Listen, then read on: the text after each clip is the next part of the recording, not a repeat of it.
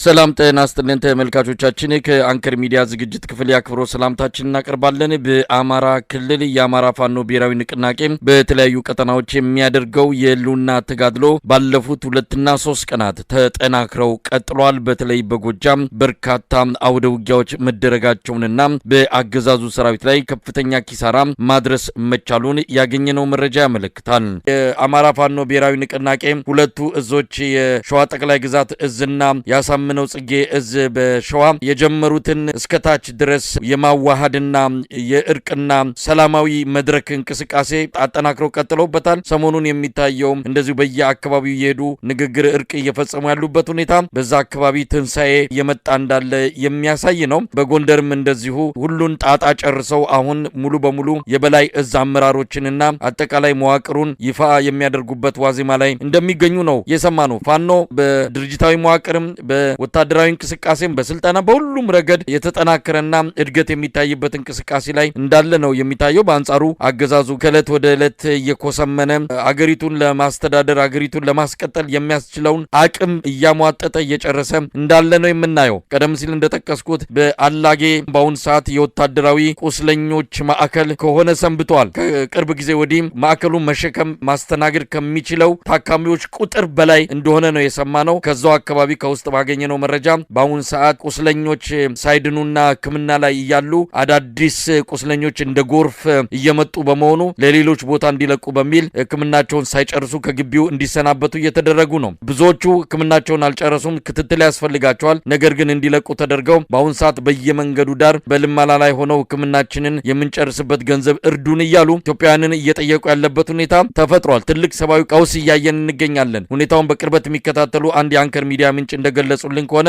በተለይ ህፃናት ወታደሮች ገና በልጅነታቸው የሰውነት አካላቸውን አጥተው ቁስላቸው ሳይድንና ሳይሽር ከግቢው ለቀው እንዲወጡ ተደርገው በየጎዳናው ሲለምኑ ማየት በእውነቱ እንደ ኢትዮጵያዊ እጅግ የሚያሳዝን ነገር ነው እየተፈጠረ ያለው ብለው ነው የገለጹልን። ለማንኛውም አጠቃላይ አገዛዙ ሁኔታ ቀውስ ላይ ቀውስ እየተጨመረ ከቁጥጥር ውጭ ወጣ ሁኔታ ሊፈጠር ከሚችልበት ዋዜማ ላይ እንገኛለን። እንደው በዚህ ዙሪያ ያለውን ሁኔታ ብንመለከት በተለይ አማራ ክልል ሙሉ በሙሉ አገዛዙ ቦታ ያጣ ነው የሚመስለው። የወታደራዊ መዋቅሩ በሱ ነበረ ህልውናውን ለማስቀጠል ላለፉት 2 ዓመታት ተኩል ከፍተኛ የሆነ ርብርብ ሲያደርግ የነበረው ያም ወታደራዊ አቅሙ በፋኖች ተጋድሎ እንቅስቃሴ እየተሰበረና እየተንኮታኮተ መጥቷል። እስቲ ምን ማለት ይቻላል? ሁሉ ነገር ላገዛዙ ጀንበር የመጥለቅ ያህል ነው እየሆነ ያለው። በተለያዩ የአማራ ክልል አካባቢዎች ያሉትን ወቅታዊ ሁኔታዎች በተመለከተ ወደ እናንተ የምናደርሰውን ከፋኖ መንደር የተሰኘውን መርሃ ግብራችን ነው ይዘን የቀረብ ነው። ሰሞኑን በአማራ ክልል በአብዛኛው ቀጠና የአማራ ህዝብ ድምጹን ያሰማበት ትዕይንተ ህዝብ መካሄዱ ይታወሳል። ያንን ትዕይንተ ህዝብ ተከትሎ የአብይ አህመድ አገዛዝ በቂም በቀል የድሮንና የከባድ መሳሪያ ጥቃት መፈጸሙን ነው ያገኘናቸው መረጃዎች የሚያመለክቱት። በሌላ በኩል በተለያዩ አካባቢዎች በፋኖ ኃይሎች በተወሰዱ እርምጃዎች በአገዛዙ ጥምር ሰራዊት ላይ ከፍተኛ ኪሳራ መድረሱን የሚያሳዩ መረጃዎችም ደርሰውናል። በጥቅሉ በአማራ ክልል ያለውን ወቅታዊ ሁኔታ በተመለከተ ዝርዝር መረጃ ሊያካፍለን የዘውትር ተሳታፊያችን መስመር ላይ ይገኛል። ወደ አንተ ልምጣ። እንግዲህ ብዙ ነገሮች አሉ። የድሮን ጥቃት እየተፈጸመ ነው። በተለይም ደግሞ በአገዛዙ ላይ ተቃውሞ ያሰሙና የአብይ አህመድ በዓለ ሲመትን አስመልክቶ የተቃውሞ ድምጽ ያሰሙ የአማራ ተወላጆች ላይ የአብይ አህመድ አገዛዝ እርምጃ ወስዷል። በድሮንና በከባድ መሳሪያ ጥቃት መፈጸሙን የሰማ ነው። እስቲ ከዚህኛውን ጀምርና የሰልፉም አጠቃላይ ሁኔታ የፈጠረው ስሜት አለ። አማራ ክልልን ተቆጣጥረናል፣ ከ90 በመቶ በላይ መዋቅሩን መልሰን እያንቀሳቀስን ነው የሚል መግለጫ በተሰጠ ማግስት ነው እንዲህ አይነቱ መጠነ ሰፊ የህዝብ ተቃውሞ በአማራ ክልል የታየው። እንግዲህ በዚህ ወቅት ላይ ብዙም የአውደ ውጊያ ውሎ መረጃዎች ሽፋን እያገኙ ያሉ አይመስለኝም። በተለያዩ ሚዲያዎችንም እየተከታተልኩ ነው። ከፋኖ አመራሮችም እንደዚሁ ከአውደ ውጊያ ቦታዎችም ያሉትን መረጃዎች ሲከታተል አብዛኛው ትኩረቱ ያለው በዚህ ሰሞኑን በተካሄደው ትዕይንተ ህዝብ እንደዚሁ ሀገሪቱን ሰንገው ወጥረው የያዙት የምርጫና የነዳጅ እጥረት ጉዳይ በመሆኑ የፋኖ የአውደ ውጊያ ውሎች በስፋት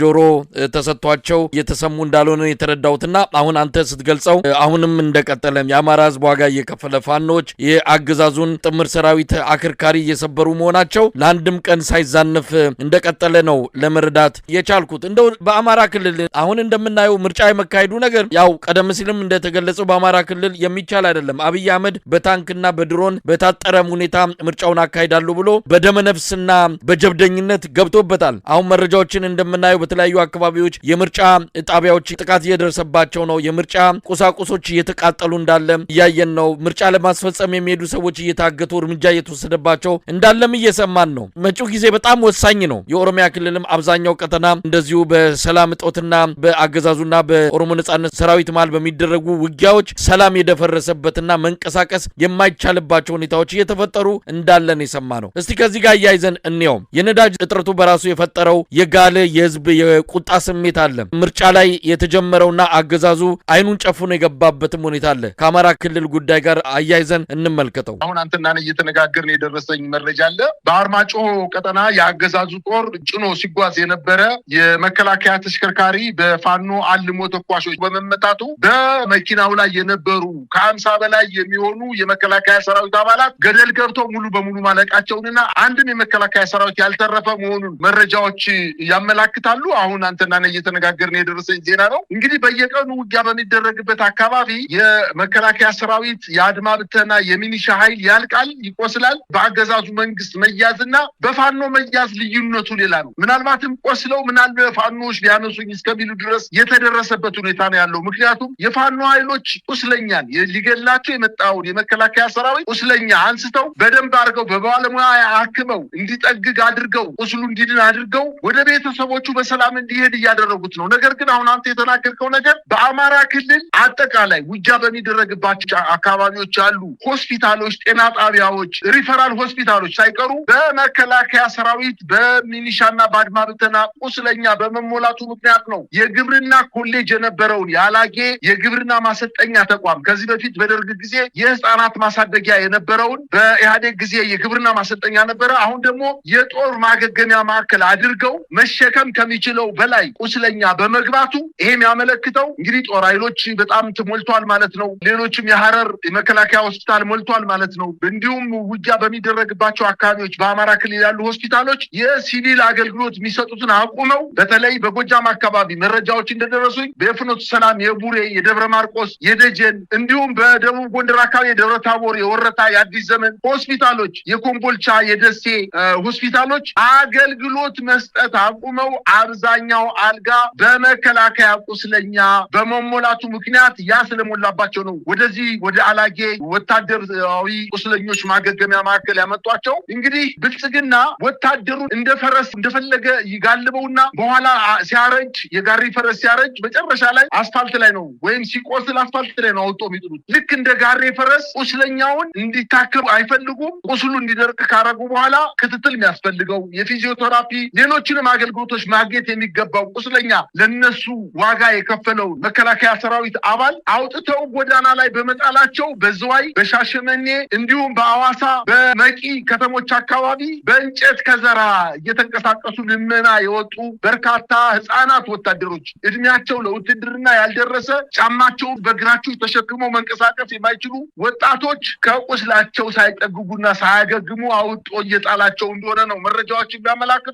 ስርዓቱ በአማራ ክልል እውነት ለመናገር አልቆለታል፣ ፈርሷል ማለት ይቻላል። የአማራ ክልል ብልጽግና አመራር እና አስተዳደር አሁን ፈርሷል ማለት ይቻላል። ከፍተኛ አመራሩ አብዛኛውን ጊዜ አዲስ አበባ ነው የሚያሳልፈው። በተለይ የክልሉ ስራ አስፈጻሚ የሚባሉት ውሎ አዳራቸውን አዲስ አበባ ነው ያደረጉት። መካከለኛ አመራር የሚባለው ዞን አመራሮች ደግሞ አልተንቀሳቀሱም የሚባል በዞን ከተሞች በባህር ዳር ከተማ፣ በጎንደር ከተማ እንዲሁም ትልልቅ በሚባሉ ደብረ ብርሃንና ደሴ፣ ኮምቦልቻ ከተሞች ላይ ነው ራሳቸውን ሰብስበው የሚገኙት። የዝቅተኛ አመራር የሚባለው ደግሞ የወረዳ አመራሮች፣ የከተማ አስተዳደር አመራሮች ደግሞ በመከላከያ ሰራዊት እየተንከራተተ በሚመታበትና በሚንቀሳቀስበት አካባቢ ስም ወጦላቸው ኮዳ ሚል ስም ወጦላቸው ከመከላከያ አመራሩ ጦር ካምፕ ሽፋን ተሰጧቸው መኖር ከጀመሩ ልጆቻቸውን ትተው ሚስቶቻቸውን ትተው በመከላከያ በዞረበት እየዞሩ ያሉ የወረዳ አመራሮች ደግሞ ምን ያክል ዋጋ እንደከፈሉ በማዕከላዊ ጎንደርና በደቡብ ጎንደር 2 ቀን በተደረገው ውጊያ እንኳን ከ60 በላይ የብልጽግና አመራሮች በህይወት እንደሌሉ እንደተገደሉ ተሰምቶ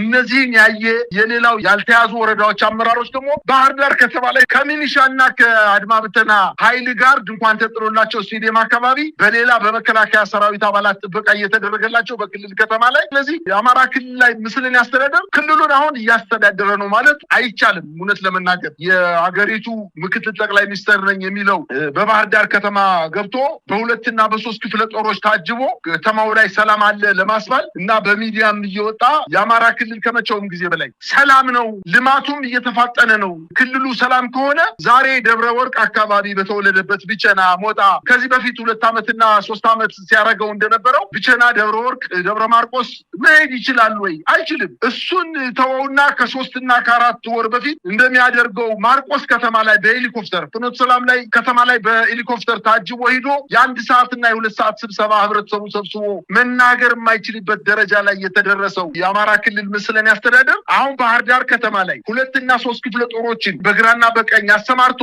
በአስፋልት ዳርና ዳር አቁሞ በዛ አካባቢ ያሉ ሆቴሎችን፣ የንግድ ድርጅቶችን፣ መኖሪያ ቤቶችን አዘግቶ የሰው እንቅስቃሴ ተገድቦ ብስክሌት እየነዳ በዛፍ ስር ተቀምጦ ከተማዋ ልክ ሰላም እንደሆነች የሚያሳየውን የአማራ ክልል እኮ ጠንቅቆ ያውቀዋል። የየቀኑን የድምፅ የጩኸት የጥይት ተኩስ ይሰማል። ቁስለኛ ይመለከታል። የሞተ ወታደር በጆንያ ተጭኖ እንደሚሄድ እህል በኦራል ተጭኖ ሆስፒታል ሲገባ ይመለከታል። በአጠቃላይ የአማራ ክልል ስቃይና መከራ የአማራ ክልል ህዝብ በደንብ አርቆ ስለሚያውቀው እሱ በብስክሌት በባህር ዳር ከተማ ላይ በወታደር ታጅቦ ስለተንቀሳቀሰ ክልሉ ሰላም ነው ማለት አይቻልም። ነገር ግን ይሄ ሁሉ የሚያስቃዣቸው ፍርሃት ነው። ፍርሃቱ አሁን የገቡት ቃል አለ ለጠቅላይ ሚኒስትሩ ክልሉን በተወሰነ ጊዜ ጦርነት የአድማ ብተናው የሚኒሻ ሌላም ኃይል አሰማርተን የፋኖ ኃይሎችን መተን ሰላማዊ ምርጫ ማድረግ እንችላለን ብለው ቃል የገቡት በፍጹም የማይቻል ነገር ሲሆንባቸው አሁን ጨንቋቸው ባህር ዳር ከተማ ላይ ሰላም አለ እና ሌሎችም ከተሞች ሰላም አለ ለማለት ከፍተኛ ጥረት እያደረጉ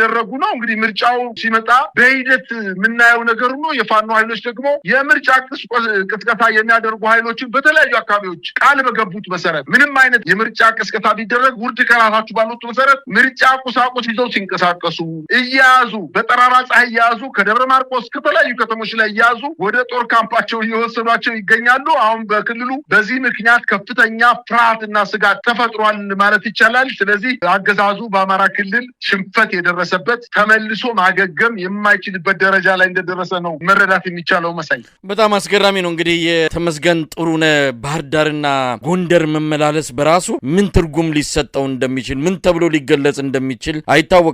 በቅርቡ አብይ ሄዶ ይህን ሁሉ ግርግር ፈጥሮ ነው የተመለሰው። ከዛ በኋላ ምን የተለየ ነገር ተሰርቶ ነው ተመስገን ጥሩነህ አውሮፕላን እያስነሳ ይህን ሁሉ ሽማግሌ ይህን ሁሉ የሃይማኖት አባት ኪነት እያስጨፈረ ማርሽ ባንድ እያስመጣ? በጣም አሳዛኝ ነገር ነው። የዚህን ሰውዬ የኋላ ታሪክ ብዙ የምናውቀው ነው። ማን እንደነበረ ምን እንደነበረ በምን አይነት መልኩ አሁን ያለበት ደረጃ እንደደረሰ በቅርበት የሚያውቁት የሰውየውን የማሰብ አቅም ሰውየው ማን እንደሆነ ከእውቀትና ከእውነት ጋር በተያያዘ ያለውን አቅም በደንብ የሚያውቁ ሰዎች እውነት ኢትዮጵያ ምን ያህል ብትረገም ነው እንደነዚህ አይነት ሰዎች እጅ ላይ ወደቀችው የሚል ከፍተኛ ቁጭት ውስጥ የሚገቡበት ሁኔታ ነው ያለው። ለማንኛውም አጠቃላይ የፋኖ ትግል በአሁን ሰዓት ምን ደረጃ ላይ ይገኛል? እንግዲህ ነገሮች በብዙ መልኩ አካባቢያዊ ተጽዕኖች፣ ቀጠናዊ ተጽዕኖች፣ አጠቃላይ ሁኔታዎች ነገሮችን ወዲና ወዲያ እየቀያየሩ ቢሆንም ፋኖ ራሱን አደራጅቶ ወደ አንድ መዋቅር ተሰባስቦ ብዙ ነገሮችን አስተካክሎ በመሳሪያም በሰው ኃይልም በብዙ ነገር ተደራጅቶ እየመጣ ነው። የኢትዮጵያ ነገር ሊቀየር የሚችልበት ሁኔታ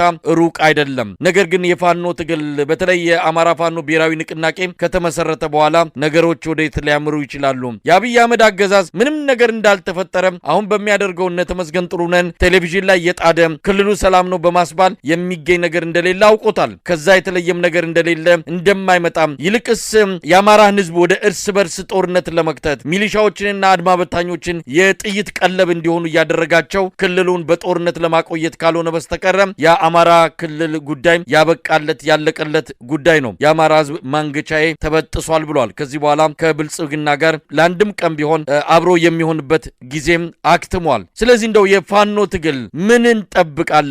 ኢትዮጵያ ውስጥ ያለውን መከራ እየመጣ ያለውን አደጋ በማሳጠርና በተለይ አብይ አህመድ ካዘጋጀው የጥፋት ድግስ በመታደግ ኢትዮጵያን ለማዳን የሚደረገውን እንቅስቃሴ በተመለከተ ከፋኖ ብዙ ይጠበቃልና እንደው በዚህ አንጻር ምንድነው እየሆነ ያለው? ምናልባት ይሄ አልፎ አልፎ የሚታየው ወታደራዊ እንቅስቃሴ መጠነ ሰፊ በሆነ መልኩ ስርዓቱን ከአማራ ክልል ጠራርጎ በማስወጣት ብቻ አይደለም ከማዕከላዊ መንግስትም ፈንቅሎ በኢትዮጵያ የስርዓት ለውጥ እንዲመጣ በማድረግ ረገድ ፋኖ ዘንድ ያለው ሁኔታ በምን ደረጃ ላይ ይገኛል ብሎ መግለጽ ይቻላል? መሳይ ትግሉ እኮ አሁን በፋኖና በመንግስት ብቻ የተገደበ አይደለም። መቼም ታስታውሳለህ ከአንድ ወር ከሁለት ወር በፊት አሁን ይሄ የምክትል ጠቅላይ ሚኒስትር ነኝ የሚለው ተመስገን ጥሩነህ በአንድ ወቅት በሚዲያ ላይ ወጥቶ እንግዲህ በአማራ የትግል እንቅስቃሴ ወቅት ለአገራቸውና ለድንበራቸው ሲታገሉ የነበሩ ሰዎች እንዳሉ ሁሉ ባንዳም ነበረ። ባንዳ በየትኛውም ዘመን ነበረ። ነገር ግን የአማራ ህዝብ እንደዚህ ባንዳ ሲሆን አይቼው አላውቅም ብሎ ህዝብን እንደ ህዝብ የሰደበ ስርዓት ዛሬ ሰርገኛ መጣ በርበሬ ቀንጥሶ አይነት ምርጫ ደረሰና ምረጡኝ ብሎ እንቅስቃሴ ቢያደርግ የሚሰማው የለም። እንዲያው የአማራ ህዝብ በጣም ትዕግስተኛ ለህግ መከበር ብሎ ዋጋ የሚከፍል ህዝብ እንጂ ፈርቶ አይደለም ዝም ያለው። ከዚህ በፊት በጣም ተከታታይ በደል ሲደርስበት፣ ተከታታይ ግድያ ሲደርስበት፣ ስደት፣ መፈናቀል፣ በደል ሲደርስበት እባካችሁ ተውን ልኑርበት ከሌላው ማህበረሰብ ጋር እኩሉኝ ልኑርበት የሚል ጥያቄ ገበሬው ባህር ዳር ከተማ ከመራይ ከአዴት ከአገው ምድር አካባቢ ያሉ ወደ ጎንደር ደግሞ ብንመለከት በዙሪያው ያሉ የወረዳ የአርማጭሆ የበለሳ የደንቢያ የአለፋ የጣቁሳ ወረዳ ነዋሪዎች ጎንደር ከተማ ሄደው ጥያቄ ሲያቀርቡ ደብረታቦርም እንደዚሁ ማርቆስም እንደዚሁ ገበሬው ጅራፍ ወጥቶ እኛ መሬታችንን አርሰን እንኑርበት ብሎ ጥያቄ ሲያቀርብ የጅራፍ ፖለቲካ ብሎ የተሳለቀበት የአማራ ክልል ምስለኔ አስተዳደር ነው ያስጠቃው። የአማራ ክልል ምስለኔ አስተዳደር ዛሬ ልክ እንደ ዝንጀሮ ሰርግ በቃ መጻፊያው አጥሮት ካለቃቸው የተሰጣቸውን ትዕዛዝ መፈጸም አጥቷቸው ወዲህና ወዲያ ሲደናበሩ ማየት ከዚህ የበለጠ ሽንፈት የለም። ነገር ግን ትግሉ የፋኖ ኃይልና ምናልባትም እና አብይና ምስለኔ አስተዳደር በሚመሩት የብልጽግና አመራር ወይንም የብልጽግና ፓርቲ መካከል ብቻ አይደለም። አሁን ትግሉ ተሸጋግሮ በአማራ ህዝብና በብልጽግና መካከል የሚደረግ ትግል ነው። የአማራን ህዝብ ደግሞ የሚደግፈው በርካታ የኢትዮጵያ ህዝቦች አሉና ከእንግዲህ በኋላ ትግሉ ወደማይቀለበሰበት ደረጃ መድረሱን በደንብ አድርገው ተገንዝበዋል። ነገር ግን ይሄ ስርዓት ከራሱ ሽንፈት የማይማር ከሰው ሽንፈትን የማይማር አጠቃላይ የኮሰመነ ስርዓት በመሆኑ አይኑን ጨፍኖ ወደፊት እንደሚሮጥ ገደል ላይ ሲሆን ገደል ሄዶ የሚገባ ተራራ ጋር ሄዶ የሚጋጭ አይነት ስርዓት በመሆኑ ይሄን ስርዓት 4 ኪሎ ድረስ መጥተው አንስተው ማስወገድ የሚችሉበት ዝግጅት እያደረጉ ነው። መሳይ እመነኝ በቅርብ ጊዜ የአማራ ፋኖ ብሔራዊ ንቅናቄ ለመንግስት ብቻ ሳይሆን አጠቃላይ ለኢትዮጵያ ፍቱን መድኃኒት ይዞ የሚመጣበት ጊዜ ሩቅ አይደለም ባይነኝ። ከፍተኛ ዝግጅት እየተደረገ ነው። ከፍተኛ የሆነ የሰራዊቱ ውህደት፣ ከፍተኛ ስልጠና በየቦታው ሰልጣኞችን ማስመረቅ፣ ተከታታይ ሰልጣኞችን ማስገባት፣ ይዘውት ከነበረው ትጥቅና አጠቃላይ ስንቅ በላይ እየታጠቁ ራሳቸውን እያደራጁ የደረሱበት ደረጃ ላይ በመሆኑ በዚህ 2 ወርና 3 ወር ውስጥ አገዛዙን ከአማራ ክልል አስወጥተው ሩቅ አይደለም ባይነኝ። ነገር ግን የአገዛዙ ጦር እንግዲህ የሚሰማ ካለ ይስማ። በደርግ ጊዜ በጣት የሚቆጠሩ የመንግስት ባለስልጣኖች ናቸው ሄሊኮፕተር ወይም አውሮፕላን አንስተው ማምለጥ የቻሉት። አብዛኛው የደርግ ባለስልጣናት የኢህአዴግ ጦር አዲስ አበባ ከተማን ዙሪያ ከበውን ጠምጥሞ ይዞ ሳያንቀሳቀስ አዲስ አበባ ከተማ በየቤታቸው ተለቅመው እስር ቤት የገቡት ዕጣ ፈንታ እንደሚደርሳቸው ነው እኔ